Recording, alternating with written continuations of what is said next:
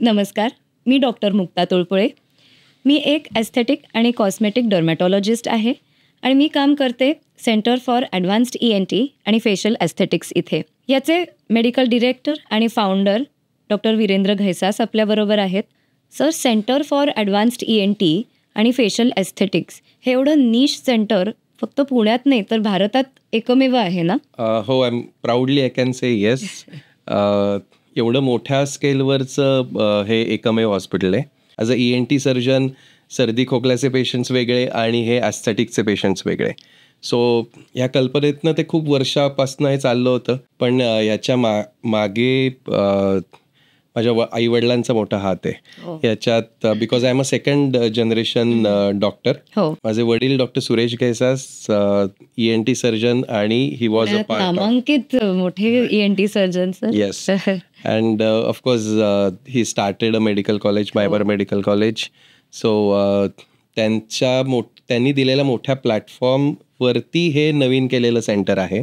So कैफा असं short form आपण करूया त्याचा. एक प्लॅटफॉर्म पाया घडवलेला असतो आणि त्यावर प्रत्येक माणसाने आपली पायरी चढायची असते. तर तुम्ही हे विजन तुम्हाला कशी आली ह्याचं की मी हे असं एक सेंटर बनवीन की जिथे फक्त ॲडव्हान्स्ड ENT आहे आणि फेशियल एस्थेटिक्स आहे? तर भारतात असं सेंटर नाहीये दुसरं, काय वाटतं? एवढ्या स्केलचं नक्कीच नाहीये. छोटी सेंटर्स आहेत which are doing very good. पण थोडंसं मोठं सेंटर्स करायचं होतं कारण माझ्याकडे जे रायनोप्लास्टीचे जे पेशंट येतात ते त्यातले 50% are out of Maharashtra. So त्यांना राहण्याचं हे लागतं. सो जास्त दिवस ते राहतात पुण्यात. नाकातले आता पॅक्स नसतात. Nowadays we use plains. Recovery time. So recovery time पेशंटला rhinoplasty recovery time hospital stay is 1 day. Okay. एका दिवसासाठी तरी राहावं लागतं. पण जनरली बाहेरगावचे आदल्या दिवशी येतात, थांबतात, मग अजून एक दिवस थांबतात, लगेच परत जायला थोडी भीती वाटते. सो मेडिकली गरज नसते पण प्रॅक्टिकली ते जास्त थांबतात.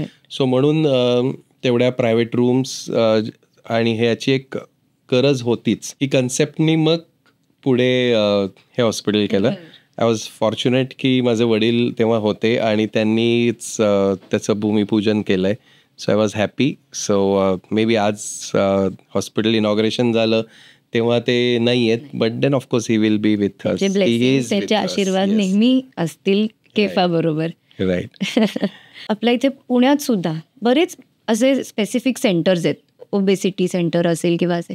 पण मराठी माणूस जेव्हा हे करतो एक वेगळं त्याच्यात असं हा वाटतं की मराठी माणसाने केलेलं आहे एवढं मोठं. तर ते त्याच्याबद्दल काय वाटतं तुम्हाला? आणि ते पण डेक्कनला, म्हणजे श्रेयसच्या बाजूला. नाही, ऑफकोर्स छान वाटतंच, प्रश्नच नाही काही की आपण हे करतोय. आणि basically it's a team work आणि ते टीम झाल्याशिवाय ते होत नाही आणि एकट्याचं असं काही नसतं. So it's a team work. घरनं सपोर्ट लागतो, बायकोचा सपोर्ट असतो, आईबाबांचे आशीर्वाद असतात, आपल्या कलिग्सची प्रोफेशनल हेल्प असते आणि मग ते एकत्र होतं. बस आय थिंक ते होतं. That's it. तसं ते झालं, घडलं ते.